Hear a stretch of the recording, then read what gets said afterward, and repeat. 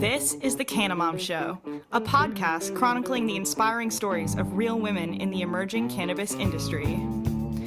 Your host, Joyce Gerber, mom, lawyer, political activist, has been speaking with women from coast to coast and around the world who are leaders in the revolution of cannabis and caregiving, continuing on her mission to lift up the stories of the women creating the cannabis industry by sharing their canna stories with you. So go make yourself a cup of tea or roll yourself a joint, sit back, and learn something new about this magical plant on The Cannamom Show with Joyce Gerber. From the Tip O'Neill Studios in North Cambridge, Massachusetts, it's The Cannamom Show. Now here's your host, Joyce Gerber. Welcome back. We are back. We are continuing our mission of crushing that stigma around cannabis and caregivers, one canna story at a time. Thank you for joining us. So Dave, we're having like a weird weather week. We had a little like spring-like moment this morning. We had torrential downpours last night. We had some snow a couple of days ago. Yeah. As usual, the snow was not quite the hype job that it was made out to be. Why do people go to raid the grocery stores and leave the cupboards bare, leave the shelves bare? Because you never get snowed in for like a week. I mean, maybe a day. Okay, this is a true story. So I live in Cambridge. My husband decided to go to Market Basket in Somerville on Saturday. So Market Basket is insane anyway. So he decided he's like, I'll just walk there, which is like a mile. It's not like down the street. Right. He got to Market Basket. He said it was so insane. He couldn't get a basket. He couldn't actually even get inside, and he had walked. Oh, poor guy. Did he make it back with some groceries? He did a little, I guess, that's the thing. He built his exercise into his day, Right. That's smart. Foraging. Multitasking. Yeah. That's so funny. That's true. Yeah. So, and it was cold training. And I did have a little flooding last night next to my grow tent, which was a little unnerving because it has electricity down there. Yeah. Flooding is just the worst. Yes. It makes a normal person insane. So I have learned to lift up my electric. If you have something in the basement, lift up your electrical stuff. It's just a smart thing to do. Yeah. You got to give it some distance. Yeah. Give it some distance. All right. Let's see what else. Oh, and this weekend I used my Ardent decarboxylator. I'll give her a plug. Ardent decarboxylator from Chanel Lindsay. I've had it for a couple of years. I made my own canna salve. I've never done that before. I did a little video.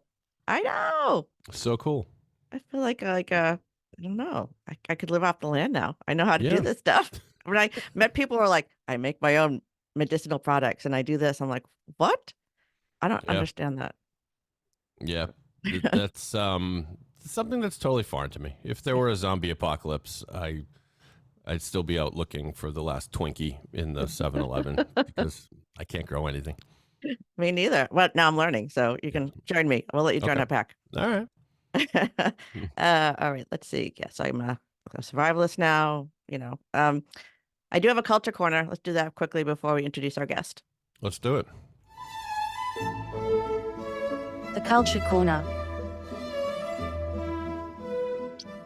Okay, so this week, I just want to remind our listeners that I am a novelist. I have written a canna romance I'm calling She's Taking a Break. If you've been following me, I've been posting it on my website. I have chapter 13 up now. And if you're a LinkedIn newsletter for the Cannamom Show, I've also been putting it there. Mm-hmm. I'm just going to give a brief, my query letter, overview. And then I'm going to ask if anyone else there wants a hard copy, maybe I'll do actually print them out and do a giveaway or something. Because I don't know. I care about me. I think other people might care about me too. So here. No, but there's something about having it in print that makes you official. And that's true. And to be able to hold it in your hand, you can sign some copies. That's exciting. Okay. Yeah. All right. So this is my quick recap. Here's a brief description. When Annie McGrath returns to her home in Cambridge, Massachusetts, after being on the road with her husband's band for 20 years, she moved back into her childhood bedroom to figure out how things in her life went so terribly wrong. Dottie McGrath welcomes Annie home and is happy to have someone else in the house besides her ailing husband. And when Annie seeks a compassionate listener in Father Lorenzo, her next-door neighbor and childhood best friend, in the confessional, the threads of Annie's life begin to unfurl. As Annie is a habitual cannabis consumer, throughout the story, cannabis is normalized and accepted, along with the unfolding story of Annie's secrets in order to upend the stigmas that have been created around cannabis use. So there you go. And what happens next? That's what we want to know.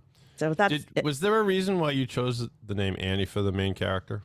I actually had Amy. Like when I first started it, it was AMIE, like our friend Amy, and then it just got a little weird. So I changed it to Annie. Really, that was why do you ask? It's a good name for a character. I think it's for a while. It seems like every movie Kevin Costner in, his love interest was named Annie. Field of Dreams, he falls in love with a woman named Annie.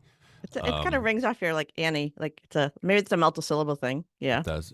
Unfortunately, it's also my ex-wife's name, so it's a little distracting. But we're on good terms, me and Annie, so it's fine. Well, if you need me to change it, let me know. Okay. That's so funny. I didn't know that. All right. So she's taking a break. Just to remind you, it's a cannabis romance. I think it should be a whole new genre. If we're gonna have wine and all these romances and chick flicks, we should have cannabis because we're just normalizing it, and that's what you do. You do it through culture. In reading, people still read. That's part of my culture corner. That's great. There were, there were cannabis movies in the 70s. They were all silly, like Cheech and Chong. There have been, Pineapple Express was a more recent one that was also silly. And then I'm trying to think that I don't know of any like novels of that ilk. There was the TV show Broad City, which I would maybe classify as a female. Yeah, they're crazy. Yeah. My daughter used to watch that. I'm like, what are these girls? What? Yeah. Cannabis did play a big role in that. But I think you're striking new ground, so I'm excited. I do. So I keep putting it out there. Somebody's going to take me up on it. All right. And then one more thing, an update on the hemp guitar. It's strung and it is ready to play. There are videos, or actually there's a little composite on my Instagram site, and I am getting Josh Lampkin, the creator and builder, to make me some videos of him playing it, maybe smoking out of it. And I would love to have him doing like the Canna Mom Show theme song on the hemp guitar, taking a drag off the bowl. I think that's hysterical. I love it. I love it. Yeah, you got to get both in the same video. You got to get him playing a lick and then taking a hit. Wait, that almost rhymes. Well, I'll work on that. I'll workshop that. You're working on that like as we're in the show. Okay. I am done. I mean, if he does do that, seriously, we'll put it on YouTube, which the Canna Mom Show is on YouTube if you're looking to see us. But it'll be up there if he's smoking and toking and doing his thing. Okay. Thanks, Dave. Jamin. Oh, you're welcome. All right. On to our guest today. Today's guest is the wife of the husband and wife team that founded Paper Crane Cannabis in August of 2019. They were both participants in Massachusetts' first social equity program, a program designed to offer training and benefits to those disproportionately impacted by the war on drugs. Harnessing the great powers of nature and the knowledge that comes with decades of legacy cannabis experience, Paper Crane grows terpene-rich organic flower that is deeply rooted in both sustainability and social justice. And I'm a big fan of Paper Crane Cannabis, which was first introduced to me by her husband at the Bong and Pong event last spring that was hosted by my friends at STEM Cannabis and Haverhill. And I'm looking forward to introducing you to her today. The products Paper Crane is creating are great, and she's doing all other sorts of things to help our Massachusetts cannabis community. Please welcome to the Canna Mom Show, Lisa Mauriello. Welcome, my friend. Hi, thank you. So great to be here. All right. So we've met a few times in person. We've done some things, but let's just start before we learn your story. Tell me just about Paper Crane. Where are you?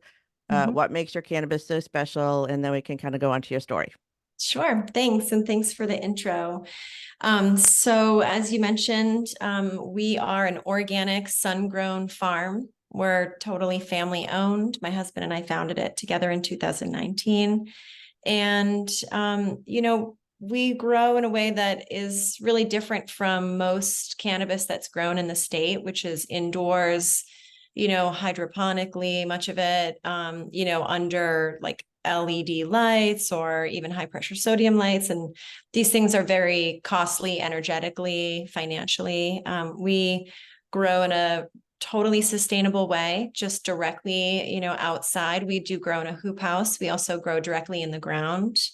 And we love it because, we can really focus our attention to the soil and we allow the sun to do its thing. And both of those factors are what really helps to bring out the true expression of the plant. So we feel that not only are we doing, a solid by the environment, the community, we try to incorporate as many local farmers, to buy our compost and things like that. We hire local farmers to come and help us out, on the field whenever possible. So you're farmers. So I've been to some of the grow Farmer. facilities. They're in they're in industrial zones. They're inside buildings and they're doing this thing. So you're outside. So you're impacted by this crazy weather here in Mass. So where are you again? So we're in Central Mass in Hubbardston, which is Okay. right off of Route 2 next to Gardner. Okay. So so you come in and you say, hey, we want to grow cannabis in the middle of this nice little bucolic community. And what do they say to you? We were the first in Okay. Hubbardston, and they created the zoning, and they wanted to. So it's a farming community, and they wanted to license outdoor cultivation, and so I think that most of the community, with exceptions, of course, like there will be in every municipality, they were pretty welcoming and accepting, because they also recognize that we're approaching this in a more agricultural, kind of way that a lot of the other community, is doing as well. So that's I hadn't thought about that. So so Massachusetts towns could opt in or opt out for cannabis when it first passed. And were they thinking that people were going to come in and build warehouse? Like, did this community think that they would want cannabis in the beginning? And did they think they would have to build a warehouse or something if they're going to accept it? I'm not really sure, what they had in mind, but they did the zoning, and they created the zoning for outdoor cannabis. And it's funny because we're not just like in the middle of nowhere, we actually are in a more commercial area. Mhm. So people know where we are, they can smell it. Yeah. We drive by, the farm, and we're not that set far back, like from the road. So we're kind of right out there, and we have received some complaints from members of the community, and It's always a smell. Always a smell. because of the smell, it's always the smell. And, our response is cannabis smells, like there is an odor, and that's a good thing. Yeah. We love it. We love the smell. I do have a story about this in the beginning when I first got involved with this industry, and I went for a tour of a grow facility, and I was asking the person who was showing me around. I'm like, well, I was very concerned about the smell. I'm like, what do you do about the smell? You must smell like this all day. And he's like, I love it. I'm like, what? Yeah. I had Yeah. never heard that before. So yeah, now I hear it more. All right. So you're in this town, you're doing your thing.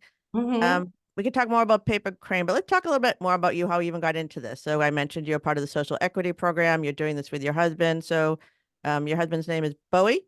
That's right. So Boey, I met at an event. How did you actually meet? Was it love over cannabis? Did you find this out later? How did that work? So I met Bowie, oh my gosh, 2006, and it was love at first sight. Hmm. I can honestly say that as soon as, he entered the room, I just had like a little flutter, Aw. moment. And I just had this kind of like just like a deep sense of knowing, Mhm. that he was just going to be, very significant in my life. And we quickly became friends. We met at a yoga studio in Cambridge, Oh, actually. nice. Yeah. We're gonna talk about yoga in Cambridge later, but yeah, okay. Yeah. So yoga has been kind of, like a theme throughout our lives as well, as long as we've known each other. And so, yeah, at the time he was trafficking. I didn't know that, right away, but, we had a great friendship and fell in love. And Bowie was arrested in January of 2007 for 350 pounds. Wow. Yeah, of weed. Was he in And Massachusetts? Was this in Massachusetts? Massachusetts, yeah, Mhm. it was in Natick, Mass. 50 pounds after the arrest, went missing. So on, the indictment, it was for 300 pounds. So, go figure, where did the go, but we can guess. And so, yeah, it was a really obviously very stressful time. So is that again, so Natick, is that where you guys are from? Is that or So I was living no, that's just where his oh, warehouse. okay, that's okay, okay. Yeah, he was set up by somebody that was actually like a really close family friend, that he had been Nice. working with. Yeah, exactly. All And he right. had talked him into doing like a heavier weight than he had ever done. So the other person had been like working with the state and federal task force, and he was arrested by the joint. So 2007 is way before legalization in Massachusetts. Oh yeah. Yeah. Yep. Okay. Exactly. And so Bowie actually comes from like he's a second generation legacy trafficker. His dad, he grew up in South Florida, south of Miami, and his dad was a trafficker, if you can kind of imagine Miami in the 80s. Oh yeah. You know, so he's proud of that now, but it took Were they growing it or just trafficking it? Did he know anything about? so I think his dad was a grower, but he was trafficking Yeah. from. Okay. But it's not like what you're doing now. Okay. So he Yeah, was just, okay. exactly. Yeah. But he grew up and his name's Bowie. He grew up like in a very, kind of hippie sort of lifestyle on an organic farm in South Oh, Florida. Yeah. So he grew up organic farming. It's just been, part of his entire life. And starting when he was about 9 years old, in the summers, they would go to Northern California where his dad had like really good friends, basically like an aunt and uncle to Bowie. And they were growers in the Humboldt area. And oh, so wow. Classic. That's, yeah, yeah. So he learned, from some of the best yeah. there. So, that just, it was very much part of his lifestyle and, just like a normal part of, his Right. childhood growing up. So that's where he learned to grow in the style that we now grow in, Okay. so yeah, we have kind of like a medical, Cali medical Mm. style farm, and that's how we approach it. Oh, okay. So you have, all right. So he's got a very lengthy kind of history with cannabis. What was your relationship with cannabis before you got into the industry? So I was just a lover, of Yeah. cannabis. I started smoking pot in high school, probably around, I don't know, 16 years old or Yeah. something. I just found that it benefited me tremendously. I was kind of like a high strung, type A, Oh, yeah. like overachiever type, and like way too young to be that stressed out. I I just understand. am feeling all of the pressures, that are put on young women, and I just felt this tremendous relief, by smoking pot, and it really did help for me to put things into perspective. And And were you a kid who got pushed back from her family? Did you have to hide it from everybody? Were you ashamed that you had to do it even though you were using it? Yeah. yeah, oh All of yeah. it. Okay. Yeah. So this was like in the mid 90s. I graduated high school in 95. So this was like, even kind of early-ish 90s. So yeah, there was still just, we were just like on the heels of like, Dare, and I grew up in a really traditional family, like very much the opposite, Mhm. of these.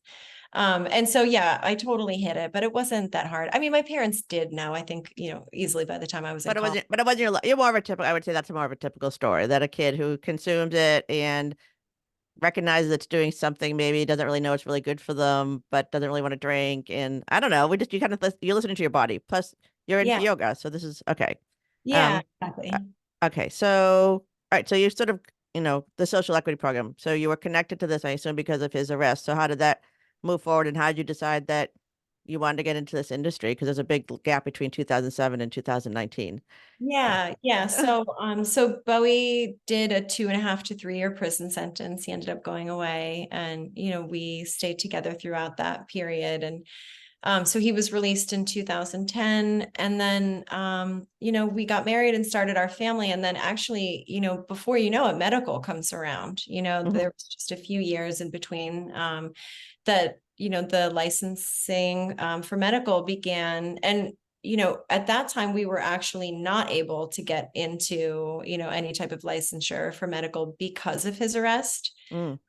But he started growing again. We got our medical cards, and so we just like blew up the backyard with plants. All And right, so we're in Massachusetts, which isn't like that many seasons to grow in. So you're really committed to this. You're like, this is something I want to do, and I'm going to stay in this state. And I'm going to figure out how to do it. That's interesting. Okay.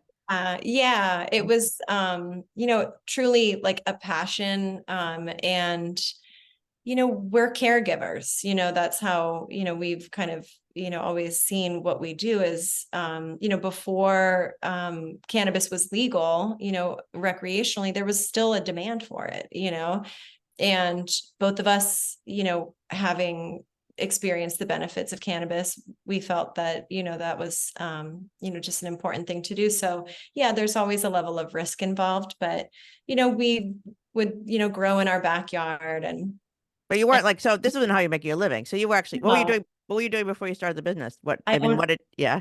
I owned a yoga studio. Oh, so, okay. So you were a small business owner. All right. Yeah. So yeah, exactly. I did have some experience, owning and running a business before. I mean, Uh, this is completely different, no, but I know, but whatever. Cannabis is like the real world, but upside down. We have everything, but you got to be specialized in it. And you guys are pioneers. That's the truth, especially if you were early social equity. yeah, So you applied, so you decided this is something you want to commit to. You're yeah, jumping in. Okay. exactly. We learned about the social equity program through, I just randomly, met somebody. We were talking about cannabis, and he was aware of, that Shailene Title. Shout out to Shailene, Aileen. the true pioneer. That she was forming the social equity program, and we kind of just waited and watched. And as soon as those applications, came out for the equity program, we submitted. So that was early. So that's like 2000. When did you actually apply? The 2016, 2000. No, it was later. I want to say Oh, 2018. okay. All right. Yeah. And so, yeah.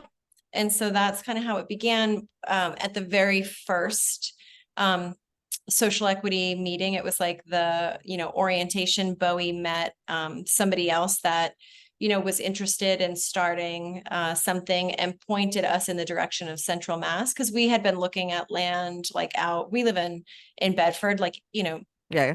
not far out of the city, and everything, around here is just completely unaffordable. And so he pointed us in the direction of Central Mass, and we just really fell in love with the area, particularly those, more agricultural towns, and knowing that we would want to do something. It was always going to be organic. It was always going to be sun-grown. And you're adding value to the communities.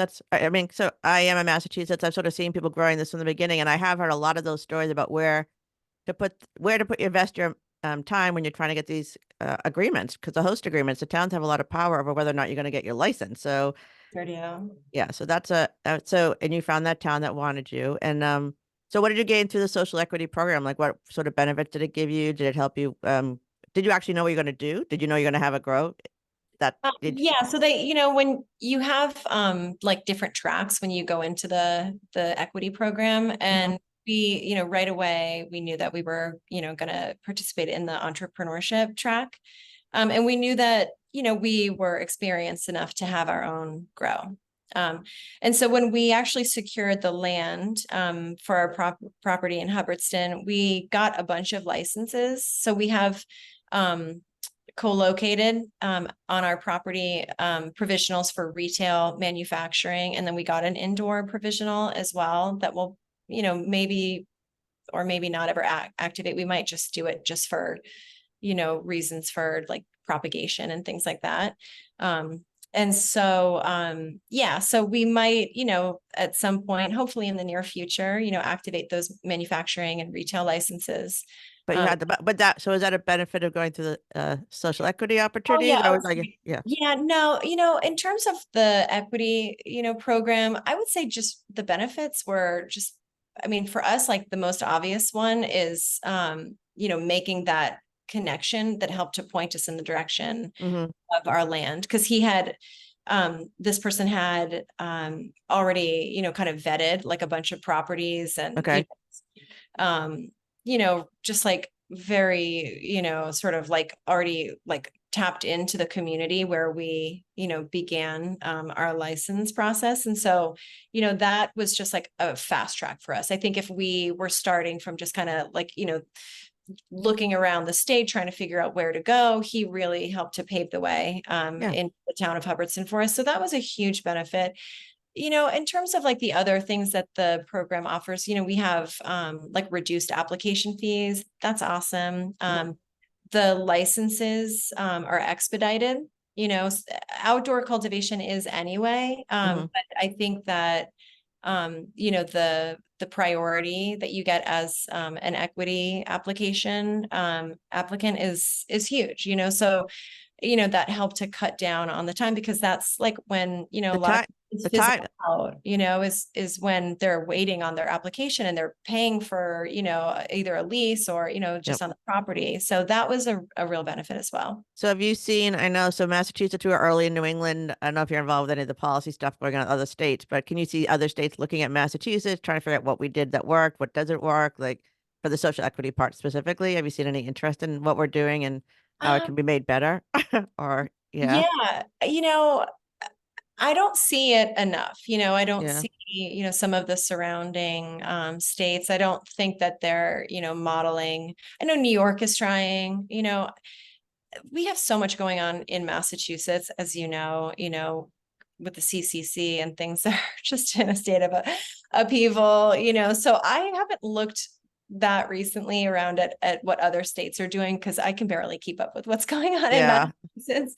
But when I know New Jersey, there are a lot of really, great advocates out there that are doing some good work. But I would like to see really robust equity programs, in all of the states that have legal cannabis. Yeah. I mean, yeah. I feel so strongly that, it is like the legacy folks that created this industry. As I was saying before, there was an industry. It wasn't legal, but it was thriving, And so, those of us that were growing, trafficking, all of those things, helped to really create this industry. But so, because I talked to a lot of women out in California and, the Humboldt County and like, Pacific Northwest, which, Yeah. I grew up in New England, so I thought everyone was buttoned up and weird and puritanical like us. But everyone out there was like doing their cannabis. They all had a whole lifestyle thing. But I really never thought about what was going on the East Coast. Like, of course, there was still stuff going on here. It just wasn't part of my periphery. I just didn't know. Yeah, right. It was not out in the open, Yeah.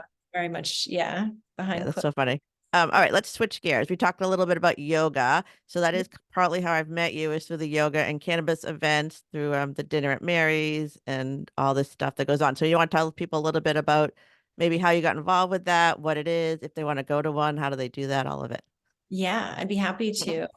So I was connected to Samantha Cantor, who is the founder and owner of Dinner at Mary's that hosts the Canna Yoga classes. Through one of our founding members, Ben Sandroff, and they both came from like the kind of restaurant, industry. So they had been orbiting each other for a while. So I, was able to connect with Sam, and she, has been putting on events. We actually just earlier this week went to a dinner, like an elevated, dinner that she threw. It was amazing. I highly recommend it. And so, she's been doing events and also has a catering company, is a fantastic event planner. And so when we, linked up, I think we, just became fast friends, had a lot of, kind of shared interests, but also like our vision for what, the industry, can do, because we're probably not like the most typical, kind of cannabis users, or what people think of as like the stoner sort of stereotype. I'm a mom, she's a woman. We're both, really interested in making cannabis more accessible to other women and helping to reduce that stigma. And so we saw an opportunity together, through the events and particularly through combining cannabis and yoga, to just, create a really cool experience and to help to, normalize and And I have talked to her. So I went with my daughter a couple of months ago and she does yoga. I do not. So, yeah. and you do consume while you're there. So I was a little confused because I don't really know what's going on, but she was great. I just kept looking to see what she was doing. Yeah. No, that's awesome. I love that. Yeah, I think that we can welcome like, both, people that are new to yoga, but also, maybe are just kind of in that canna curious, sort of place, that are newer cannabis users as well. And it's just a really welcoming environment. It's really open. It's been very diverse. Like we've just been thrilled with, how And so you're actually there. So you're talking about your products. Are you seeing yeah. people who are now And again, part of cannabis issue is marketing. I mean, it's hard to get your name out there because how are people going to find you? So I know you're really invested in a lot of different things, but these events are really important because, like, I tried the product because I saw your husband, and it's sort Yeah. of you. So you're really like doing this old fashioned one-on-one, going to events, talking to people, doing your thing. Yeah, we Yeah. are. That's exactly it. And, I think it's effective and it's really rewarding for us. Cultivation, as just like a license type can be kind of insular. Like it's not like, like operating a retail store where you have like a lot of brands coming to you, a lot of other industry people coming to you. When you're growing, especially the style that we grow, it's full on, like there's not a lot of bandwidth for, other things. And so, for us to be able to connect with like the end user, like the customers and consumers of our products is incredible. So to like get that, like that feedback, especially in the moment, like the vibe, that's set. I try to be like intentional about like the strains that, we bring to Canna Yoga and, just like setting a tone and a vibe. It's just incredible. But yeah, we're really into kind of like the grassroots marketing. And I know that where I went to the one that was across from the Heritage Club, right? Mhm. So are you doing them in other places, or where else are you doing them in the state, or because that's technically Boston, right? Yeah. Yeah. Yeah, we've done them like privately in Hmm. homes. Okay. Well, and that's great because, as there's kind of a gray area. As we're all awaiting the regs for social consumption to be written and released. So we love doing them, in private residences, because then it just, totally mitigates like any sort of anxiety about, the sort of gray area of things. So can I back up on that a little bit? So this could Yeah. be like a girls' night out. This could be like Yeah. I don't know, a wedding thing, and I don't know, like a thing that you do with your friends, and you all kind of get together, and you hire you guys, you come, and that's a nice way to spend some time. Absolutely. Absolutely. Yeah. That's funny. Okay. Yeah. Let's see, what time is it? Oh, I got some minutes. Okay. Switching gears again. So your family, you said you're a mom. I know you have family. I Yeah. don't know, maybe just your initial. So maybe starting with your family when you were younger, what was their reaction when they found out this is where you're heading down this road? And then I talk a lot about moms and caregivers and how we talk to our own kids and how we're perceived as moms and caregivers. So we can Yeah. go into that next. Yeah. Yeah, sure. So, when I was with Boey, when he went away to prison, I didn't tell my family. It was so awkward. I was like, oh yeah, my boyfriend moved away. All right. Um, So as a mom of like a young woman, I can't even imagine what your parents were going through. Okay. Now that you're a mom though, you're like, what? yeah. Well, they knew that he was, from Miami. And so I said he was like back in Miami. And because if it's funny to think about now, it's just like it seems so silly, but at that time, coming from like a pretty traditional family and the stigma just being, what it was, just really intense. Oh yeah. I was really empowered by like one therapist, that I had at that time that was like, you don't owe anybody, like an explanation of like where he is or, so at the time I didn't have the courage to like tell the truth. And, they didn't know him well, enough for that to also just be like part of the picture of like who he was. I felt like they would never really How old embrace. were you? How old are you at the time? 30. Oh, you were older. Okay. So you weren't like a I young was, girl. Oh, okay. yeah. Oh yeah. I was 30. We met in like, our late 20s, but at this time, Oh, yeah. okay. So you weren't like an 18-year-old who's just said, "Hey mom, my boyfriend just went to jail and I'm gonna hang out with him." No, you're a grown-ass woman. You know what you're Oh doing. yeah. Yeah, Yeah. exactly. Exactly. I was like, this is my story and I'm sticking to it.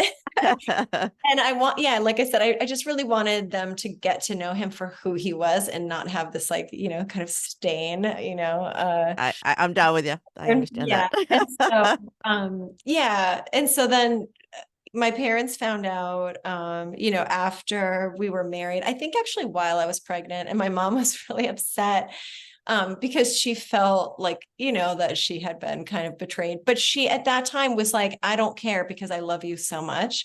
So I think that she was just hurt that I didn't confide in her. but it was also like water under the bridge, because by that time, she knew and loved him, and that was what I wanted. Right.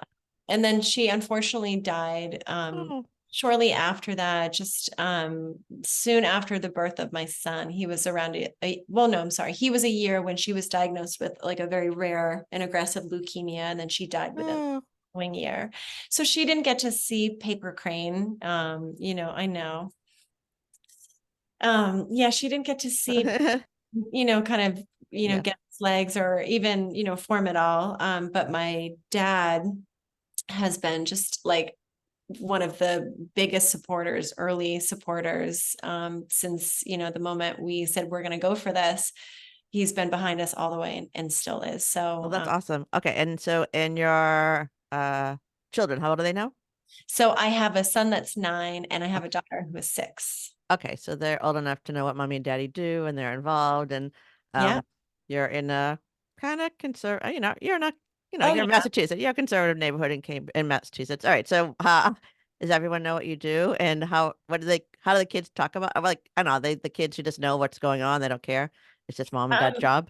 Yeah, they've been around this plant like as long as they've, been alive. We've always had plants, in Mhm.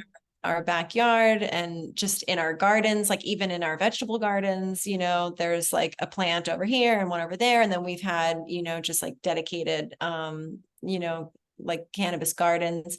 So they're like really uninterested in like green, leafy things. Like they don't eat their vegetables. They're not interested in this plant. They know, that it's cannabis. They know that it's like coffee. They know that it's like wine. They know it's a grown-up thing.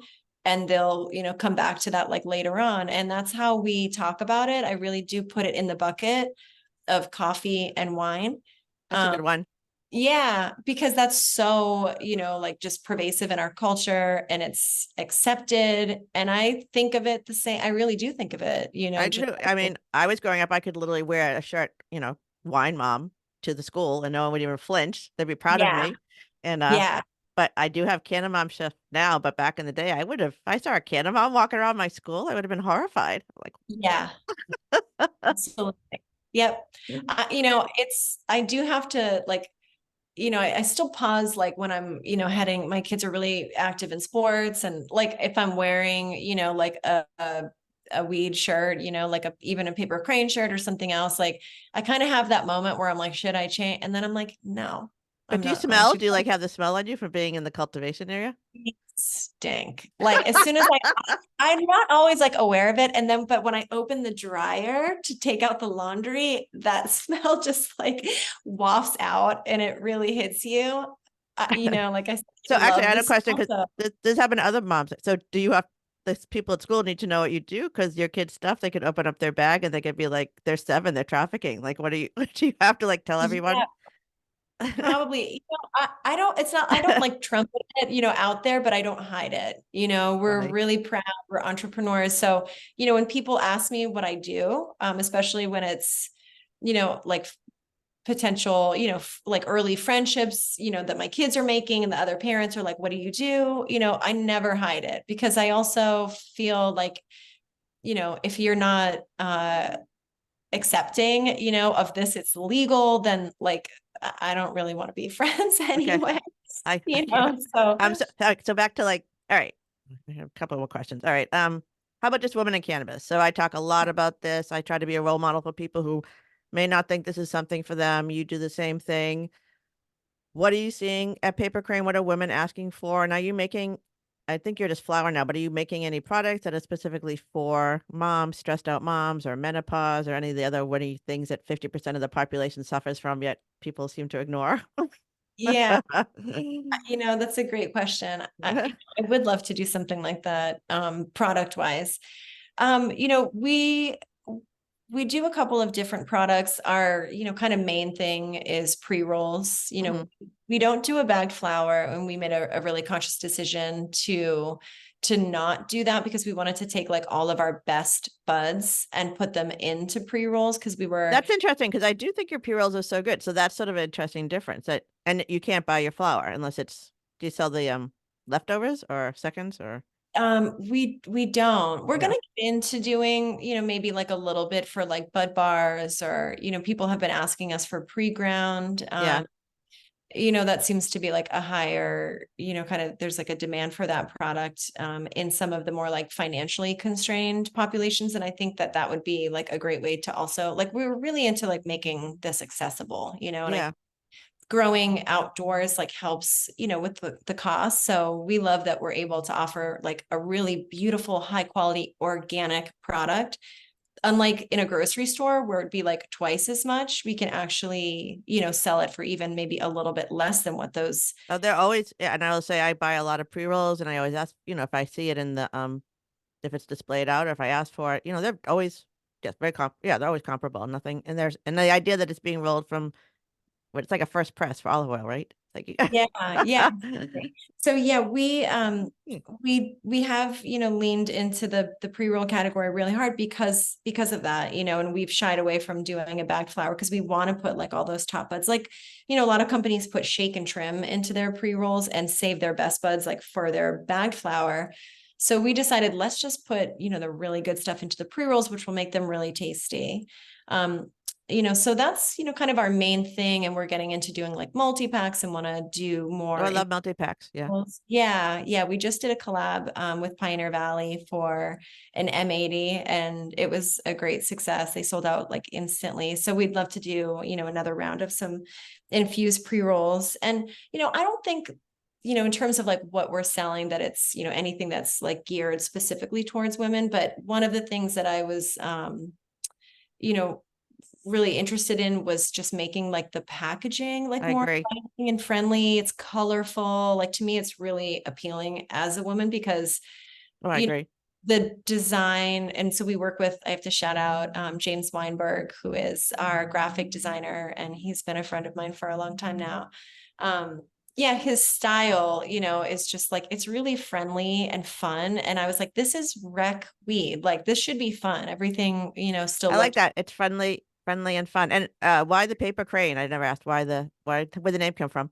Thanks for asking. Great question. So, after Boey was arrested, we got to folding a lot of paper cranes. So, you may have heard there's a Japanese legend. I've got some origami paper here. My kids fold them now. There's a Japanese legend that if you fold 1,000 paper cranes, it's good luck. After that, yeah, 1,000th crane.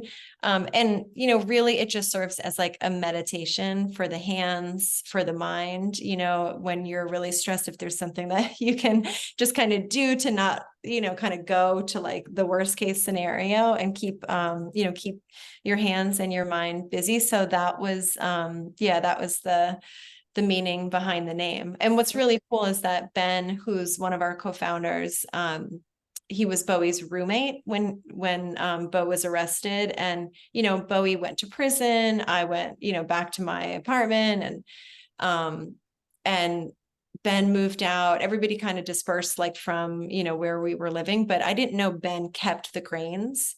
And when we formed the company and we tapped Ben and we were like, we'd love to have you on the team because he's also a really experienced cultivator. He came from wine and liquor. He had just like a lot of great experience. And he showed up with like the bags of the cranes, and we just felt like it was an incredible omen because it was after like, gosh, 12 to 15 years or something, it was like a long time later. Yeah. Yeah. Oh my God. No, it was about 12 years. So Well, yeah, it was great. So we felt like that was just, a wonderful omen. that is a good omen. Oh, it gave me the Yeah. chills. I love Mhm. that. All right. That's exciting. I'm out of time. All right, one more question. Anything special in the works for 2024? I know I've seen you at events. I seen your husband. So what, anything in 2024 that's coming up, or anything that you're planning that you want people to know about? We're really excited. We've just brought our production in-house. We were using Garden Remedies to co-pack, and now, we've taken the production in-house. They did a fantastic job, but we're able now to just, have a little bit more. Oh, that's funny because garden, you kind of have the same vibe. The packaging kind of has that same fun. Yeah. Yeah. Yeah. Well, I think for that reason, a lot of, stores were like confused. Like I would see Oh, products on their menu listed as garden remedies, and never, insulted by that. But, we're at a point where we really want to, stand on our, own and stand apart, create, more brand awareness. And there's some traction, behind the brand right now. People are, beginning to really, really dig it. So I'm just excited about that, and, to expand our offerings, like I said, moving into, more multi-packs and infused, and hopefully get that manufacturing license activated in the next year. And then hopefully a retail store too, since we do have a provisional for that. And it's, as I mentioned, right there on, the same location as our farm. So it'll be like a true, farm to table type of experience. We want to do like a little farm stand. Oh yeah. Which would be so cute. And I love that. You could like combine it with like a bike trip through like central Massachusetts. Oh, awesome. This is yeah, good. yeah, exactly. So when you come to the store, during the season, you'll be able to like, just smell the flowers. I wish there was like a view right to the fields, but we'll do some cams and things like that. So you can, get a little window into the farm.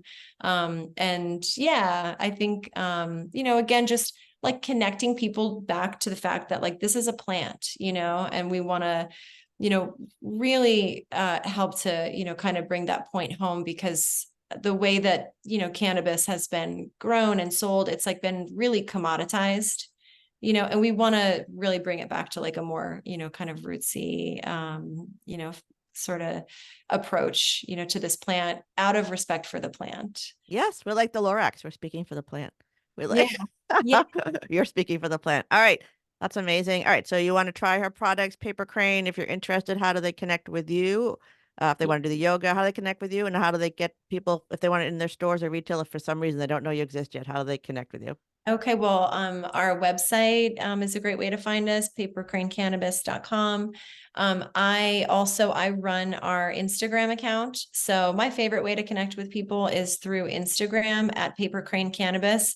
If you send a DM, you'll get me. And, it's just a great way to connect, say hi, give feedback. If you've tried our products, let me know. I can let you know, where to find our products. We're in more and more stores every day. So yeah.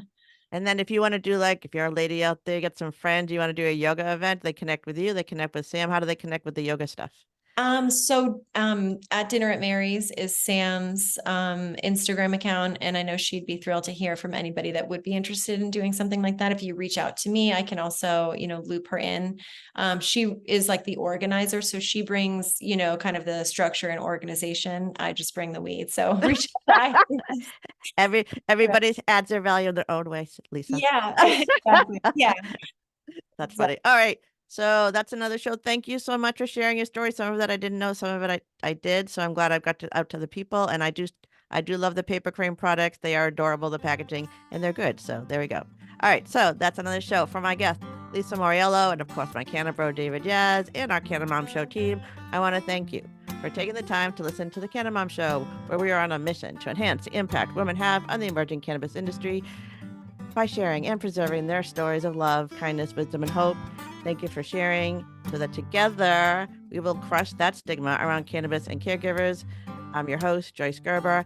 This is the Canna Mom Show, and we are a production of Pod 617, the Boston Podcast Network.